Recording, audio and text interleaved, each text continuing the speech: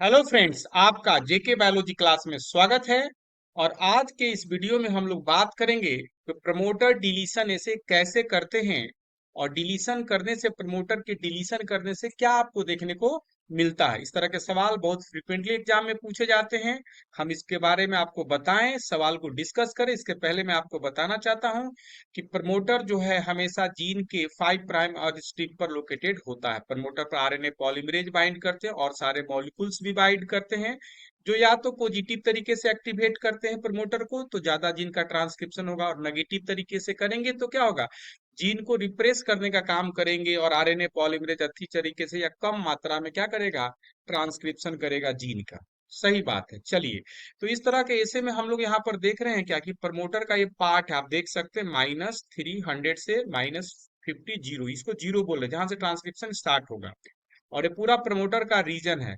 तो पहला बताया कि देखिए वाइल्ड टाइप प्रमोटर है और मैं नो डिलीशन किया, तो जो भी आपको एक्टिविटी मिलेगी उसको हम लोग 100% बोलेंगे। एक्टिविटी का मतलब क्या हुआ कि मान ली प्रमोटर को हम चेक करेंगे कितना ट्रांसक्रिप्शन कर सकता है, तो यहाँ पर हमने क्या कुछ अगर रिपोर्टर जीन लगा दिया तो उसको हम लोग चेक करेंगे। दूसरी चीज आप यहाँ देख सकते हैं -3 से -250, अगर इसको डिलीट कर दिया जाए और इतने रीजन को देखा जाए तो आप 100% एक्टिविटी देख रहे हैं। इसका क्या मतलब, इसका मतलब है कि इधर साइड में प्रमोटर का कोई पार्ट, इंपॉर्टेंट पार्ट नहीं है। चलिए, अब इस दो रीजन को देखिए, -300 से -200, तो आप देखेंगे कि मतलब प्रमोटर की एक्टिविटी बढ़ गई है। और यहाँ पर भी देखिए -250 से -150, ये अलग तरह का मतलब कंस्ट्रक्ट है, चौथा कंस्ट्रक्ट है। तो इसमें भी आप देख रहे हैं कि 175 आपको देखने को मिल रहा है। सही है।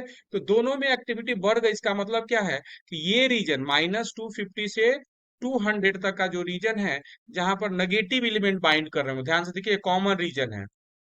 और यहाँ पर लाइन भी लिखा गया है, रीजन -200 से 250 नेगेटिवली रेगुलेटेड एलिमेंट। अगर ये नेगेटिव एलिमेंट बाइंड करके क्या करते थे, उसको रोकने का काम करते थे। अब वो रीजन है ही नहीं तो मॉलिक्यूल्स बाइंड ही नहीं करेगा तो रोकेगा कैसे। और प्रमोटर अपना एक्टिविटी बढ़ा देगा क्योंकि उसको रिप्रेस करने वाला नहीं है। चलिए, अब बात करते हैं, आगे बात करते हैं इस कंस्ट्रक्ट के बारे में।